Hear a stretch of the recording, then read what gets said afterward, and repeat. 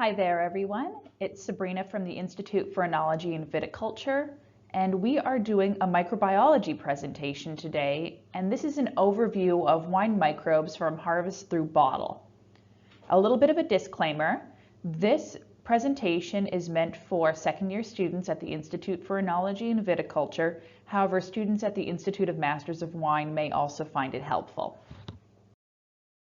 Today we're going to have an overview of the relevant microbes, and we're going to look at these microbes chronologically during wine production. This presentation is specific to the premium wine production on the west coast of the United States. So I haven't addressed highly certain things like, for example, climate sparkling wine production, things that might be more relevant to champagne. We're going to be focusing a little bit more on dry reds. Let's start and look at must and ferment microbiome. So we're going to be looking at microbes at harvest through sugar dryness and primary ferment. And here's a little microbiology scene setting. The two main microbes that we're dealing with at harvest are Hanseníaspera uvarum, which is also known as Clicera, and also Saccharomyces cerevisiae. So Hanseníaspera is actually the dominant yeast on mature grape skins. So if you were to take a look at the yeast cultures living on the outside of the grape berries at harvest, the majority of them would be Hanseníaspera. Hanseníaspera produces high amounts of ethyl acetate, which is the aroma that's very similar to nail polish remover, and it produces it from sugar. So this can be a pretty high risk at harvest if you have really large cultures. The good news here is that Hanseníaspera has a low ethanol tolerance, under 6%. So if we do a strong ferment with Saccharomyces right off the bat, Hanseníaspera gets repressed and eventually doesn't thrive. And if we are fermenting with Saccharomyces, which we always are, our winemaker can choose a specific strain of Saccharomyces based on desired ethanol tolerance. So thinking about it this way, you might need a different level of ethanol tolerance if you're making a sweet Riesling versus a full-bodied Zin, where you need to be able to ferment to 15+% alcohol. And in a couple slides, we're going to address some other concerns, because you might be saying, hey, Sabrina, what about other bacteria or things that are coming in from the vineyard? And we're thinking about different kind of rots, specifically like sour rot or botrytis. And we'll address that very briefly in a couple slides. Here's a look at pH on these microbes that we just mentioned. So wines range from about 2.9 to 4.2 in pH. So if we're down at around 2.9 or the low 3s, our cultured Saccharomyces are actually quite comfortable, but pretty much all spoilage microbes really struggle at this stage. As we get up closer to 4, pretty much every microbe is comfortable. So that means Saccharomyces, Hanseníaspera, spoilage bacteria, Brettanomyces. So if we are harvesting at a higher level of pH, at this stage, indigenous yeast for both positive or negative can get a foothold quickly. And I'd like to illustrate this with two examples that students at the Institute are already familiar with. Their 2018 Barbera and their 2018 Syrah from Joseph Christie Vineyard. So when we harvested the Barbera, it had a pH of 3.27, and when we harvested the Syrah, it had a pH of 3.79. Interestingly enough, both these wines had the same level of sugar, or excuse me, musts had the same level of sugar, so the finished wine alcohol came out exactly the same. But for the Barbera, we felt comfortable going uninoculated on this, and this is because at 3.27, really the only thing that's going to thrive here is Saccharomyces. They're going to have a competitive advantage, and if there is a tiny bit of Hanseníaspera, it's just going to take off and push it down. So this is a low-risk situation for doing a complete uninoculated native where you basically just let it go. But on our Joseph Christie Syrah here, we actually had to go inoculated. So most wine microbes are thriving at 3.79, and actually as the ferment was progressing, the pH gets higher and higher. So we needed to inoculate this must really quickly so that any other native microbiology on the ferment or on the grapes, excuse me, was outcompeted really quickly. And here are some of those other concerns that I just briefly mentioned earlier. So if you have sour rot on fruit coming in from the vineyard, usually due to humid conditions and compromised grapes, we're going to have some acetic acid bacteria coming in on that complex mold culture. So acetic acid bacteria can turn our sugars into acetic acid. That's why the fruit smells sour in the first place. So we're concerned about this getting a foothold, and one of the nice things about Saccharomyces is that it can outcompete a lot of different microbes, including these bacteria. Lactic acid bacteria can be a concern as well, coming in on complex mold cultures. So ways to deal with that would be sulfur dioxide at the crusher, or alternatively use of lysozyme, which can inhibit lactic acid bacteria. The most difficult thing to deal with is the lacase enzyme that comes in on botrytis, bunch rot, and lacase is a browning enzyme, and it doesn't really get suppressed by sulfur dioxide or ethanol. One of the main ways of dealing with this is actually finding out with bentonite, but that's not always possible in certain wine styles. Either way, quick inoculation here to suppress microbial growth is really a must. Now we're going to move into aging microbiology, so concerns that are happening post-primary fermentation from malolactic ferment through pre-bottling. Two things to remember here. pH impacts microbe viability, like we were talking about earlier. In general, at lower pHs, things struggle a little bit more, and at higher pHs, things really want to go. And additionally, pH impacts sulfur dioxide efficacy.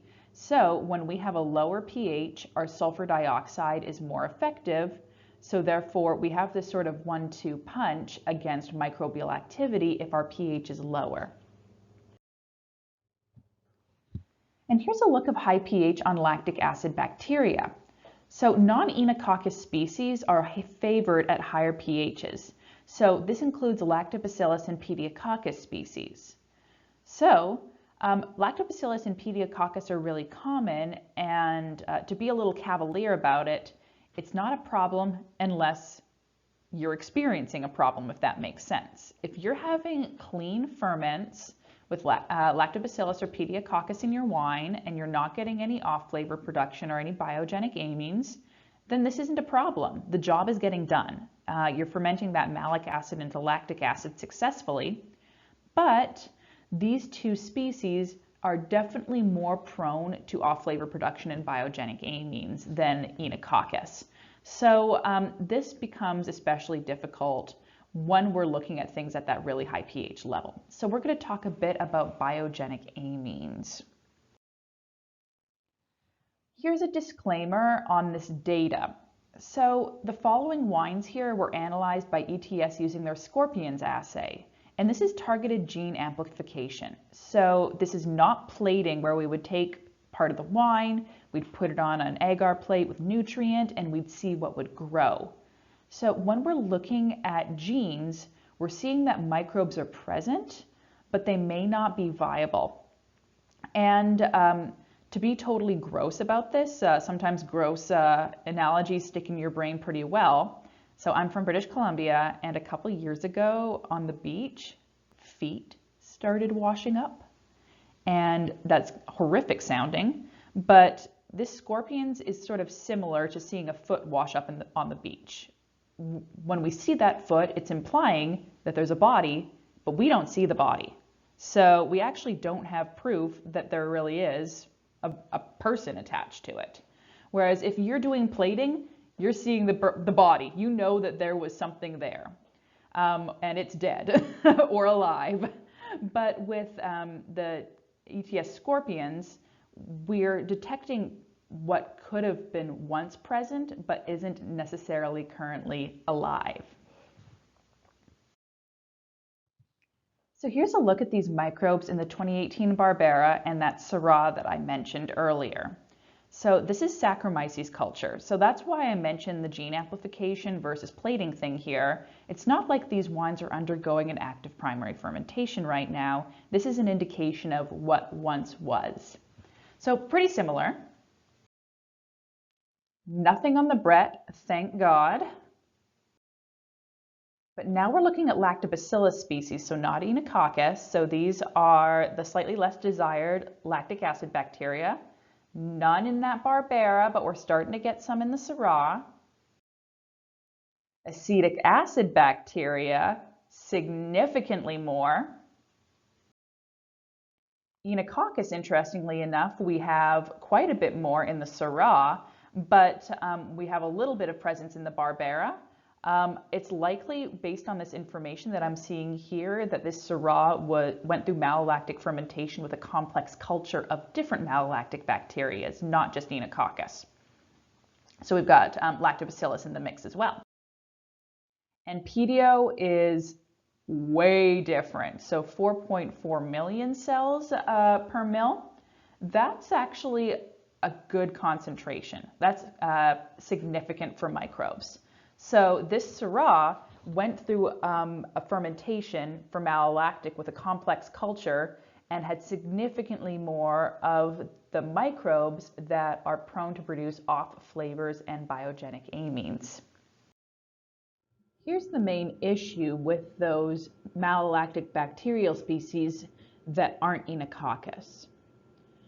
Those Pediococcus and Lactobacillus are much more prone to create these biogenic amines, which is formed by the decarboxylation of residual amino acids.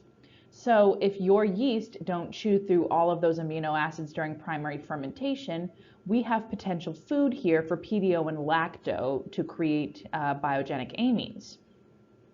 These do have human health implications, allergic reactions, so flush, inflammation, in worst case anaphylaxis. And this also has a potential future regulatory component. The European Union is discussing regulation on biogenic amines in imported wines. And what these things taste like or smell like, you can see at the bottom here we have a couple different structures. We've got putrescine, cadaverine, and histamine. Putrescine, you can kind of imagine what that smells like. It smells like putrefaction. Cadaverine, like a cadaver. Histamine, you probably are familiar with already because you've probably heard of antihistamines. So you know that these are inflammatory compounds. And here is what we're dealing with, unfortunately, in our Barberas and our Syrahs here. So you can see that we have a teeny tiny bit of putrescine in the Barbera, but it is nothing compared to the histamine and putrescine that we have in our Syrah. And that is a direct result of having so many more Pediococcus and Lactobacillus at that high pH level. So these compounds do have a potential sensory impact that goes beyond just the simple idea of disgusting rotting flesh. So these high levels of biogenic amines, and we mean over 100 milligrams a liter, can result in sort of metallic, meaty, putrid aromas.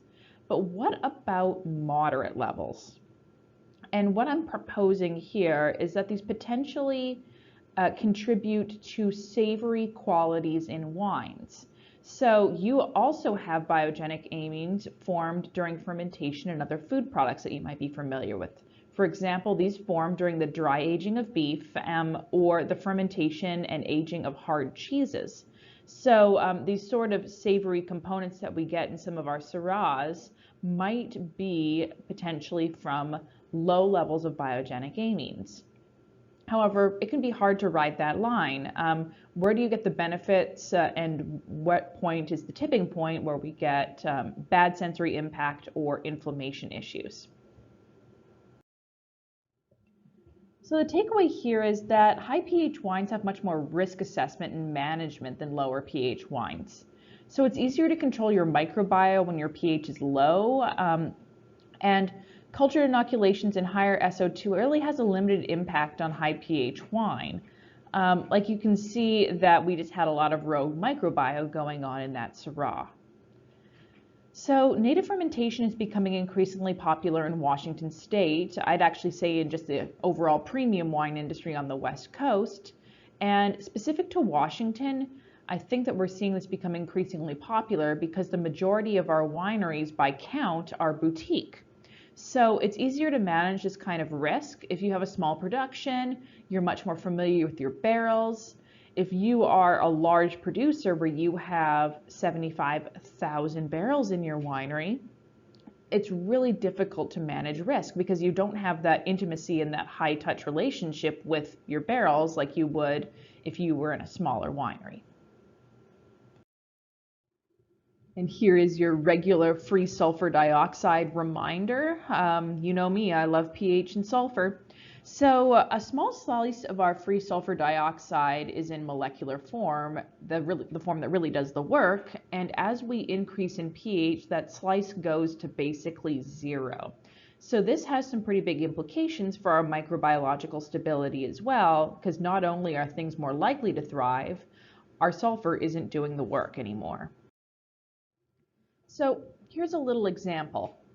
What would happen if we added 3 milligrams a liter of free sulfur to our wine? So on our y-axis here, we have that strong molecular sulfur dioxide. So if we're imagining things here, and we're imagining that we're doing that add to our Barbera, at 30 milligrams a liter, we have 0.5 milligrams a liter of molecular. But if we're doing the same thing to our Syrah, we're approaching 0 here. We actually have 4 times less in the Syrah or 4 times more in the Barbera. So when we're getting up to those really high pHs like we're seeing in that Syrah, our SO2 is basically becoming ineffective. And I created this chart earlier this year hoping to show a couple different global wine styles. And we're taking a look at 2 axes here. We have an axis for alcohol on the vertical, and then on the horizontal here we have pH. So when we're getting into that low alcohol, high pH side here, you can see that we're in a high risk situation. If we're in a high alcohol and low pH side over there by the green, we're in a lower risk situation. So when we're dealing with sparkling-based wines, there's basically nothing really with lower pH. However, these wines also have lower levels of alcohol, so that can open them up to a little bit of micro spoilage, but in general, this is a pretty low risk. Early harvest styles also are pretty similar. However, we're expecting to have a little bit higher pH than our sparkling base. So early harvest styles here, I would talk about low alcohol, fresh Sauvignon Blancs, for example. And now onto the high alcohol side here, we're seeing some classic fortifieds. So things like port and Madeira and sherry actually have high alcohol, but also really low pHs. One of the reasons for that also is that these wines actually don't undergo malolactic fermentation, which can really help spike pHs in wines. So these wines are fortified and low in pH, so they're basically unspoilable, which is pretty awesome. Another example here is Australian reds. One of the magics of Australian wine production in South Australia is that their pHs are naturally quite low, even when they're having high levels of potential alcohol due to high sugar and high levels of ripeness. So these wines are also in kind of the dream spot. Piedmont reds, however, start moving kind of into that higher risk category. What we're seeing here is that they might have similar or higher levels of alcohol. It's quite common to see a thing like a Barolo wine made from Nebbiolo having an alcohol of 14.5 or 15, but because these wines are made from varieties that are late in the season, a lot of harvesting happens near grape leaf senescence, and we end up having those high alcohols from that sugar ripeness, but a high pH because those leaves are dumping potassium into the fruit. And many Washington reds can be in a similar situation. So for Washington State, Cabernet can be a pretty late season variety in certain areas. We're dealing with a pretty similar situation to Piedmont reds. And getting into the real danger zone here, something that's topical for the 2019 vintage is wines harvested after a freeze. So like I was mentioning before in Piedmont with that grape senescence, this is like the extreme example of that, because when those leaves go crispy, they basically dump all the potassium right into the fruit. So what we're dealing with here is wines that have a high pH and also fruit that may not have received the ideal level of sugar. So what we're having is relatively low alcohol and relatively high pH styles. And to go on to the even higher risk, we have Washington, or I should have said actually Oregon, I guess, rocks reds. So what we're dealing with here is a really nice situation with that rocky soil where we see sort of a plateau that happens with sugar development. So if you're a fan of rocks wines, you've probably noticed that it's a real struggle to get them over 14% alcohol, where it's easy to find cabs that are north of 15, or Syrahs from other regions of Washington. But due to the natural nature of the soil, I think where they're pulling a lot of water up through the grape or through the plant and into the grape, what we're dealing with here is high pHs. So it's common to see Syrahs at 13 or 13.5% alcohol with pHs closer to 4. So this is a nice situation for Pediococcus or lactobacillus to grow in. So some big takeaways from this section here is that sulfur dioxide isn't keeping our wines safe at that high pH. So for some styles, alcohol can be really helpful in acting as an antimicrobial agent. But in the winery, sanitation, cool temperatures, and fully topped vessels are really important because those are the things that we're leaning on to keep the wine safe. So if you're able to steam sanitize your vessels, if you're able to run your cellar a little cooler, and just doing good cellar practices where you're keeping your vessels all the way topped up, so things like, for example, acetic acid bacteria don't thrive. And our final section here is bottling microbiome. One overarching theme I want to reiterate is that all microbes are spoilage microbes if you don't want them there. So what I mean by that is if we're making sweet styles, Saccharomyces, which might have been previously desired in primary ferment, is suddenly the enemy. So what's in play here? Different styles of wine have different concerns. So for dry reds, that means we've got no sugar and we've got no malic acid. Our main issue here is actually Brettanomyces, because that can grow at malic dryness, sugar dryness, and relatively high levels of alcohol. For dry white wines, Brettanomyces is still a concern, but also lactic acid bacteria could be potentially a concern in styles where we do have residual malic acid. So think about things like fresh Sauvignon Blancs, Pinot Gris, Riesling, I should say dry Riesling. These wines probably have residual malic acid, and therefore you can get a lactic acid ferment in bottle if the sulfur dioxide levels in bottle drop away. And then for sweet styles, you're really in a difficult spot. Brett's in play, lactic acid bacteria is in play because you probably have residual malic acid, Saccharomyces is in play now because you have residual sugar here. So what do you do here as a winemaker or a quality control manager?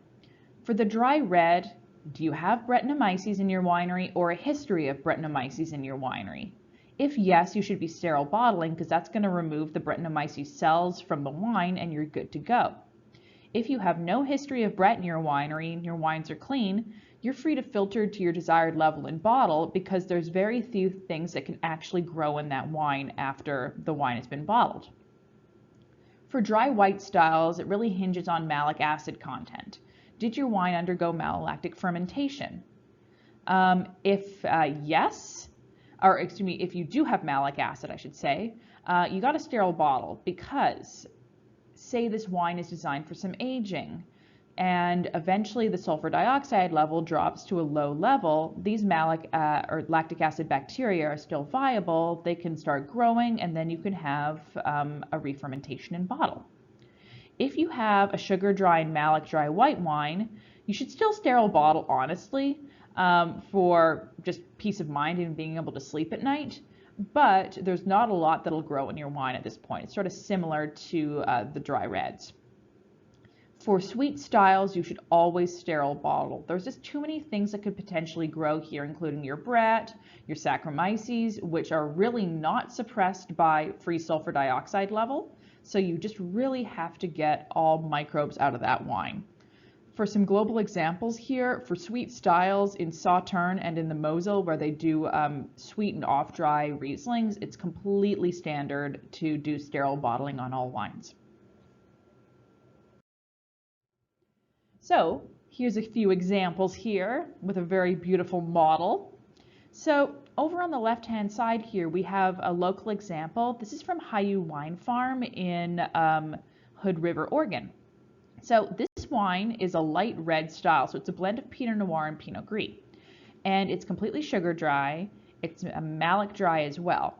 And you can tell just based on sort of the cloudiness of the wine that it wasn't filtered at bottling, but it's still stable because there's no food here for microbes.